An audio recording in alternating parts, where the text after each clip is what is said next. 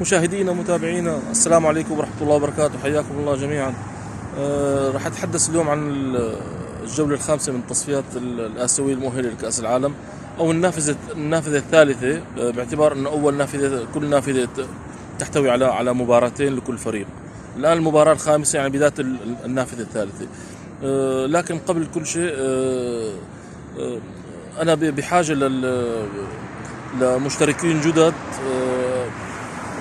عدد بسيط فقط، حتى استطيع انه افتح لايف، ونتحدث مع الجمهور مباشرة، نتكلم عن المباريات الآسيوية، عن المنتخب السوري مباراته القادمة. فقط يا ريت اللي عجبه المحتوى وغير مشترك يشترك بالقناة ويحط لنا بس تفعيل زر الجرس او الاعجاب. المباريات القادمة حتكون يوم الغد. حتجمع مباريات فرق عربية مهمة.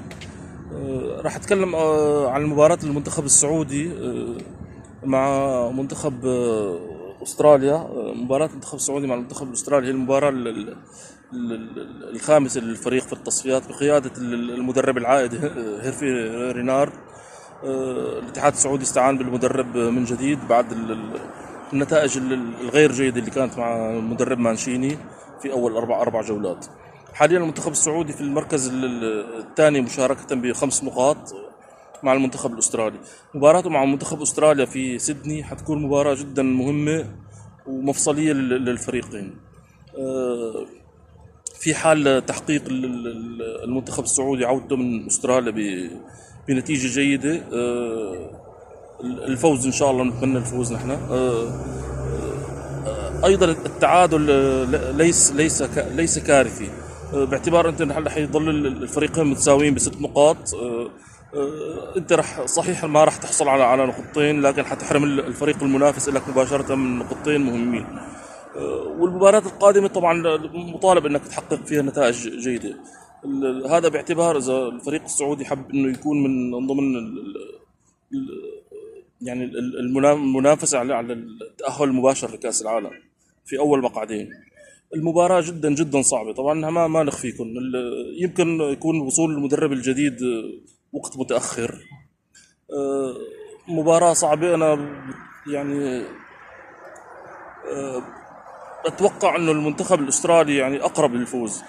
المنتخب الأسترالي بعد تعثر بالبداية، كان خسارة مع البحرين، استرجع مستواه وبدأ يحصد نقاط وعاد بتعادل من اليابان بالمرحلة القادمة، بالمرحلة السابقة.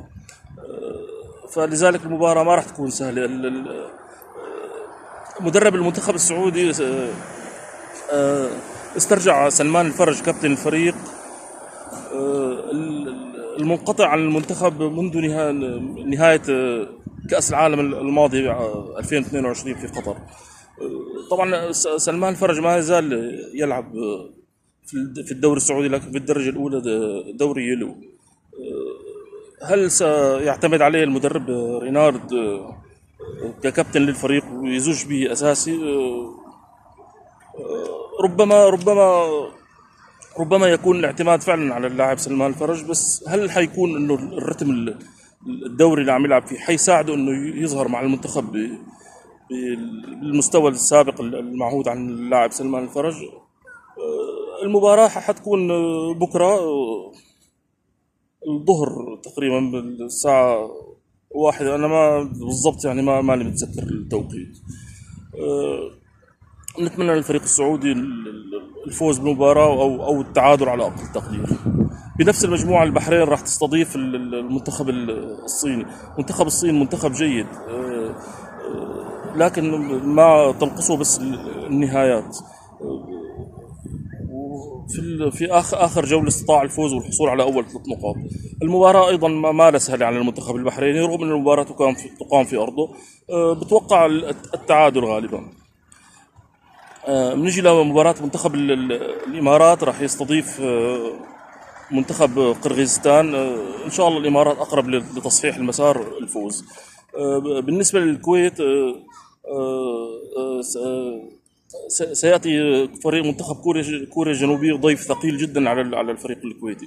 الفريق الكويتي بدايه التصفيات بدا بدايات جيده، لكن مع مرور الوقت بدات تتضح فارق الامكانيات بينه وبين المنافسين. مباراه صعبه جدا.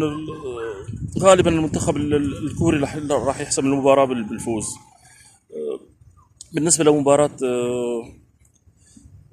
في فلسطين وعمان، اتوقع فلسطين وعمان، ايوه، المباراة بالأراضي العمانية. منتخب عمان محير، بيفوز بأربعة وبيخسر بأربعة، ما في مستوى ثابت. لكن إذا المباراة على أرضه فاحتمال تفوق المنتخب العماني يعني أقرب للواقع.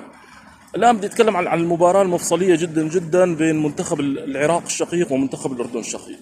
الفريقين يحتلون المركز الثاني بنفس عدد النقاط، بسبع نقاط، أمام كوريا الجنوبية المتصدر. هذه المباراة جدا مفصلية. الفائز منهم في هذه المباراة فينا نقول أنه قطع 70% من الوصول المباشر لكأس العالم. المباراة راح تقام بالعراق. منتخب العراق أمام جمهوره الغفير، وطبعا فرصه أكبر بالفوز. لكن فريق الأردن أيضا فريق ممتاز. هجوميا منتخب الأردن أبرز هجوميا. أما بالشق الدفاعي منتخب العراق دفاعه والحراسة متماسكة أكثر من منتخب الأردن. منتخب العراق يعتمد على اللاعب أيمن حسين بشكل مباشر.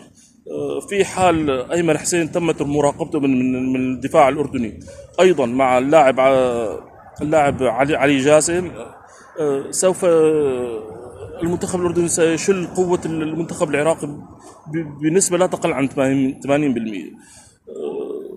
المباراة يعني أقرب للتعادل. أيضا احتمال فوز أحد الفريقين أيضا وارد. نتمنى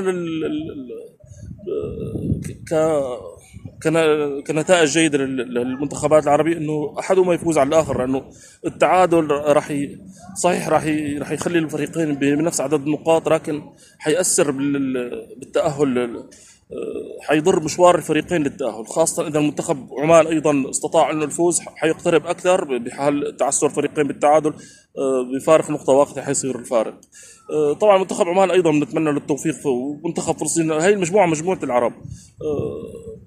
المباريات حتقام غدا كلها بنفس اليوم. هي الجولة الخامسة. بعد الجولة الخامسة ستتضح كثير من الأمور في مسار الفرق.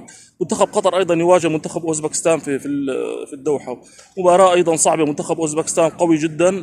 نتمنى للفريق القطري أنه يحقق الفوز. في حال حقق الفوز منتخب قطر سيعود للمنافسة بشكل جدي.